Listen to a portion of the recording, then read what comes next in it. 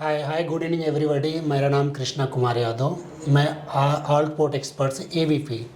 आज हमारे साथ मिस्टर विकास अग्रवाल जी हैं, जो कि इस इंडस्ट्री में 22 ईयर का experience. Welcome Vikas ji. Thank you.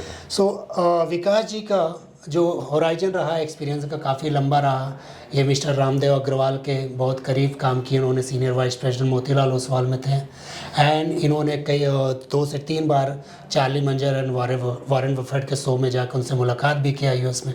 So Vikas जी के साथ आज हमारा जो वार्तालाप रहेगा काफ़ी इंटरेक्टिव रहेगा, जो इस मार्केट के सिनेरियो को लेकर रहेगा कि आज वोलेटाइल मार्केट में क्या हो रहा है। तो विकास जी, मैं आपसे जानना चाह रहा हूँ कि आज के जो इन्वेस्टर हैं हमारे, जो काफ़ी ज़्यादा डरे हुए हैं इन द टर्म्स ऑफ कि किस तरह मार्केट का है, वो कौन सा प्रोडक्ट चॉइस करें एज पर अल्ट्रा एच9 जो उनके जो होराइजन को, उनके गोल को सुरक्षित करते हुए उनके रिटर्न को बना सके। नहीं, तो इसमें कृष्णा जी मैं आपका क्वेश्चन को ठीक से समझ नहीं पा रहा हूँ, आप थोड़ा सा और एलोबरेट करेंगे क्या? मैं जानता हूँ जैसे कि क्लाइंट चाहता है कि उनका रिस्क जो रिवॉर्ड हो दोनों इक्वली हो, उनका जो प्रिंसिपल हो वो कोरोडेड ना हो। इस वोलेटाइल मार्केट में जो 2 साल का रिटर्न रहा उसको देखते हुए वो चाहते हैं कि ऐसे जगह एंट्री करे, आईएफ एंड पीएमएस हो या म्यूचुअल फंड हो, जिसमें उनका रिटर्न एक कंसिस्टेंसी बनाए विद द प्रिंसिपल सिक्योरिटी। उतने मतलब प्रिंसिपल सिक्योरिटी उनकी डाउन न जाए, जहाँ उनका प्रिंसिपल सिक्योर रहे और बेटर रिटर्न के साथ आगे बढ़े। ओके। तो सबसे पहले तो मैं आपको धन्यवाद करता हूँ, आपने बहुत अच्छा ये शो ऑर्गेनाइज किया for educating the investor community as a whole. देखिए, इसमें मेरा ये मानना है कि अगर आपका 100 रुपीज़ का पोर्टफोलियो है तो उसमें सबसे पहले तो आपको 15 से 20 रुपये मिनिमम इंटरनेशनल इन्वेस्टमेंट में आपको ध्यान देना चाहिए। ओवरसीज इन्वेस्टमेंट जिसे बोलते हैं। मैं हमेशा कहता हूँ कि ओवरसीज इन्वेस्टमेंट इन्वेस्ट करने के आपके पास में मल्टीपल तरीके हैं। म्यूचुअल फंड्स में तो भी पॉसिबल नहीं है, बट आप गिफ्ट सिटी के थ्रू आईएफ कर सकते हैं, जिसे बोलते हैं गिफ्ट सिटी आउटवर्ड फंड। इसमें आप 15-20 रुपीज़ या तो आप एक्स अमेरिका डाल सकते हैं, x India, x America, emerging markets, या फिर प्योर अमेरिका करना है, प्योर अमेरिका कर सकते हैं, या प्योर यूरोप करना है, यूरोप कर सकते हैं। इस तरह के आपके पास मल्टीपल ऑप्शन है गिफ्ट सिटी में। तो that is one way of doing it. दूसरा ये है कि अगर आप एनआरआईज हैं, आप अपना डीमैट अकाउंट खोल सकते हैं इंटरैक्टिव ब्रोकर पे, और डायरेक्टली अगर आप रिसर्च करते हैं इक्विटी में तो वहाँ की जो लिस्टेड कंपनीज हैं उसमें इन्वेस्ट कर सकते हैं। That is another way of doing. अब बचा होता है 80 rupees.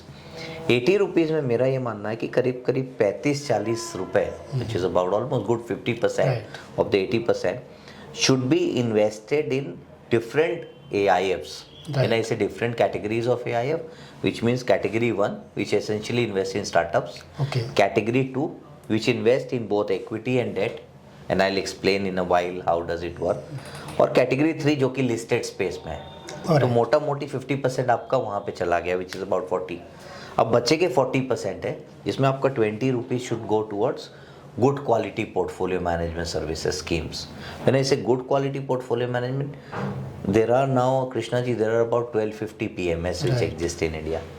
Out of these 250 PMSs, if I have to quantify in terms of numbers, I would say that I can count the numbers on my finger, that there are only 10 good quality managers which exist in India. And you can do either your own research or talk to a team of experts, and they can help you with they can help you in terms of identifying which are the good quality portfolio managers. And then you work closely with them. So 20 rupees is gone there, and remaining 20 rupees, out of which 15 rupees should be invested in different mutual funds. When I say different mutual fund, in the sense that there is a category called multi-asset category. Now in multi-asset you have gold, silver, you have equity, and you have debt. It's a very good combination of all these 3 different asset classes comes together. That's one way of doing it. Second, there is another asset class called REIT. Okay. Now in REIT also, your money should go, which will give you about good 8 to 10% kind of yields.